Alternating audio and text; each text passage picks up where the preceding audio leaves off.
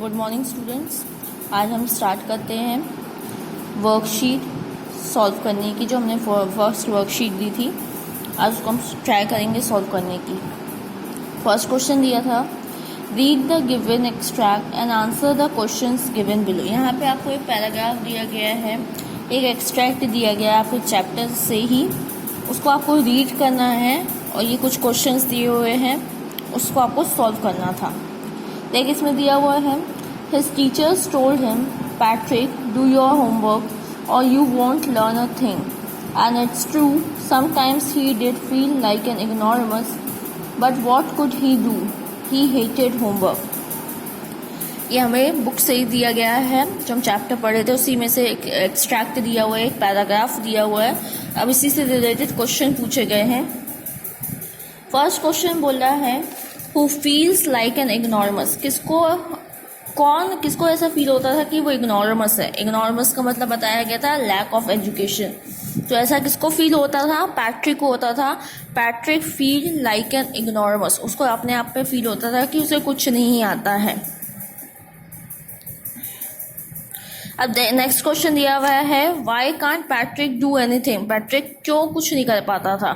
क्योंकि उसे होमवर्क करना पसंद नहीं था, इसलिए पैट्रिक कुछ नहीं कर पाता था।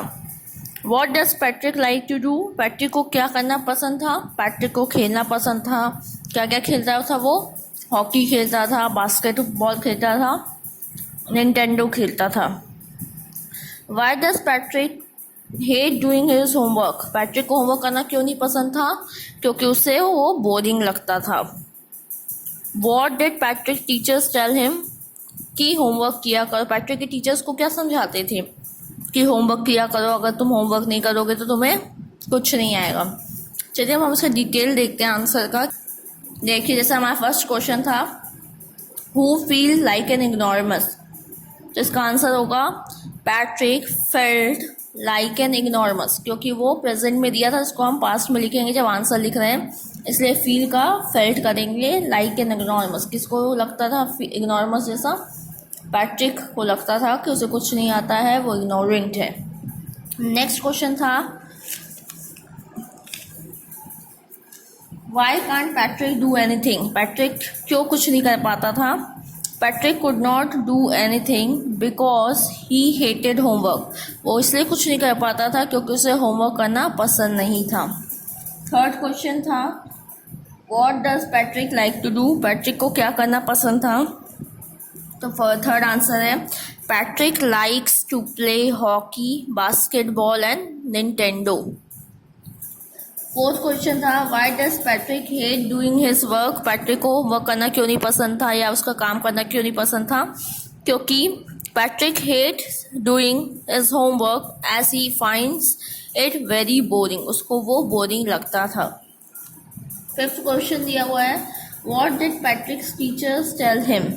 पैट्रिक्स teacher told him that he won't learn a thing if he avoids doing his homework like this. उसे टीचर यही समझाते थे कि तुम कुछ नहीं लर्न कर पाओगे अगर तुम ऐसे ही होमवर्क नहीं करोगे तो। चलिए अब नेक्स्ट क्वेश्चन में आते हैं। देखिए, नेक्स्ट क्वेश्चन आपकी बुक की वर्ड मीनिंग ही है निंटेंडो। निंटेंडो का मतलब क्या होता है? Video game. हैम्पर, हैम्पर की मीनिंग क्या थी? अ basket with a lead. Saili, secretly. Course का मतलब क्या होता है? ऐसे वर्क जो हमें डेली करने पड़ते हैं, चाहे वो इंटरेस्टिंग हो या बोरिंग हो, लेकिन हमें करने पड़ते हैं। चलिए हम एक बार देख लेते हैं इसकी meaning.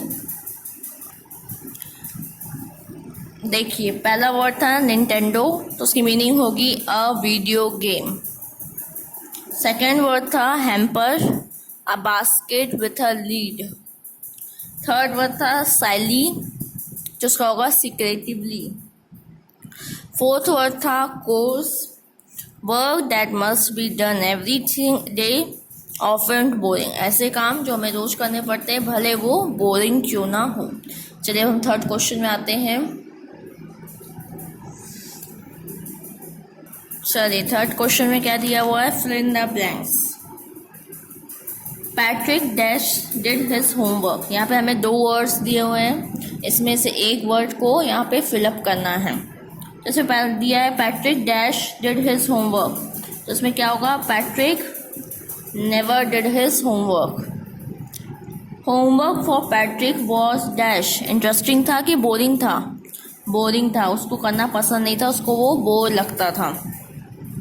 When it came to maths, Patrick was very lucky या out of luck, मतलब वो बहुत ज़्यादा लकी था कि इसको सब बनता था एल्फ को, या आउट ऑफ लक मतलब पैट्रिक का होमवर्क वो कर नहीं पाता था मैथ्स का, तो आउट ऑफ लक था, वो होमवर्क उसका नहीं कर पाता था, वो अनलकी था। The elf knew nothing about the dash of humans, इसकी हिस्ट्री, ज्योग्राफी नहीं हिस्ट्री आएगा।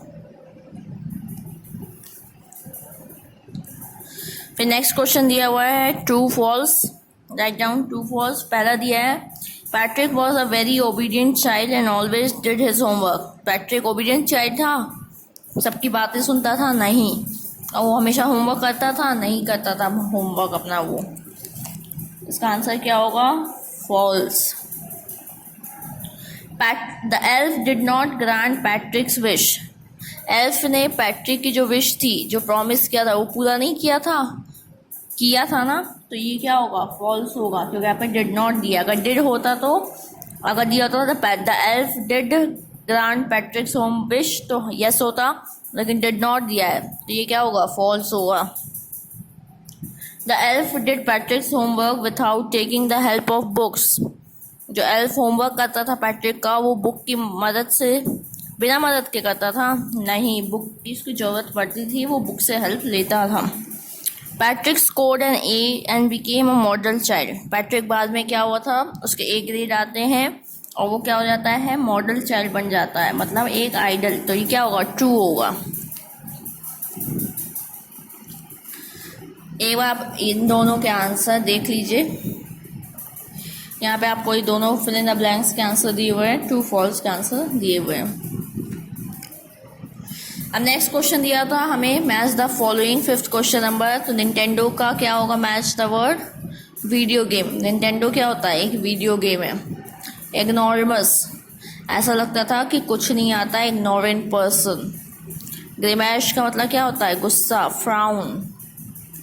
बिचेस, शॉर्ट ट्राउजर, जो छोटे छोटे ट्राउजर्स पहना होता है, टाइनी मैन, तो बिचेस को क्या कहते हैं, शॉर्ट ट्राउजर कहते हैं।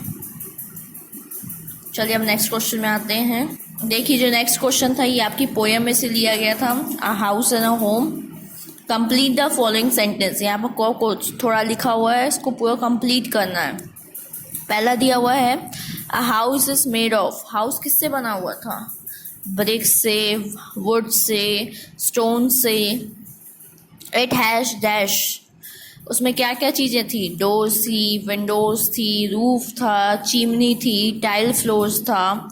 A house is made by, house में कौन रहता है, किससे बनती है, सॉरी अ होम किससे बनता है, फैमिली से बनता है। इट हैज़ डैश, फैमिली में क्या होती है, सॉरी होम में क्या होता है, जो फैमिली रहती है, फैमिली के बीच में क्या होता है, लव और अफेक्शन होता है। तो चलिए हम इसका एक और डिटेल देख लेते हैं कि हमें इसको कैसे लिखना है।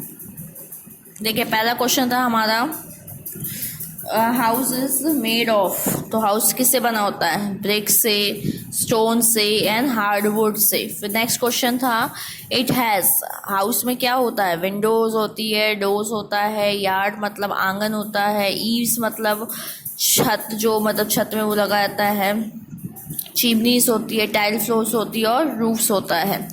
फिर यह था a home is made by, घर किससे बना होता है, फैमिली से बना होता है। और उनके बीच में क्या होता है, it has love and affection, एक दूसरे की केयर करते हैं, लव करते हैं, फीलिंग्स होती है, इमोशंस होता है। तो ये आपका 6th क्वेश्चन का आंसर था। अब हम नेक्स्ट क्वेश्चन में आते हैं। ये जो क्वेश्चन नंबर 7 है ये भी हमारी पोएम से रिलेटेड है। इसमें भी हमको सेंटेंस कंप्लीट करना है हाउस और होम के बारे में। My house is dash, the best thing about my home is. चलिए अब इसके आंसर में आते हैं। देखिए पहला क्वेश्चन था my house is a place, ऐसी जगह, made of brick and stone, जो किससे बनी है, ब्रिक्स और स्टोन से बनी है। It is a solid structure, solid structure मतलब मजबूत स्ट्रक्चर है। लास्ट वाला दिया था best thing about my home is, तो उसका आंसर क्या होगा, that we live with love and affection. हम वहाँ पे रहते हैं लव और अफेक्शन से, मतलब केयर करके एक दूसरे की। इसी तरीके से आपकी ये वर्कशीट कंप्लीट होती है। आई होप आपको समझ में आया होगा कि कैसे हमें सॉल्व करना है, और every answer is clear to you. एक बार और आंसर आप देख लीजिए। ये देखिए फर्स्ट क्वेश्चन के आंसर्स थे ये, जो क्वेश्चन आंसर दे रखा था एक्सट्रैक्ट का। फिर आपके पास वर्ड मीनिंग थी, तो ये वर्ड मीनिंग के आंसर दे रखे हैं।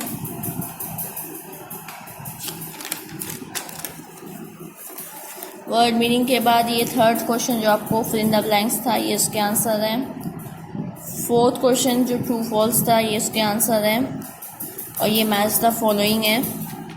और ये पोएम का था जो complete the following sentence, and ये भी हमारे पोएम का है, कंप्लीट द फॉलोइंग सेंटेंस।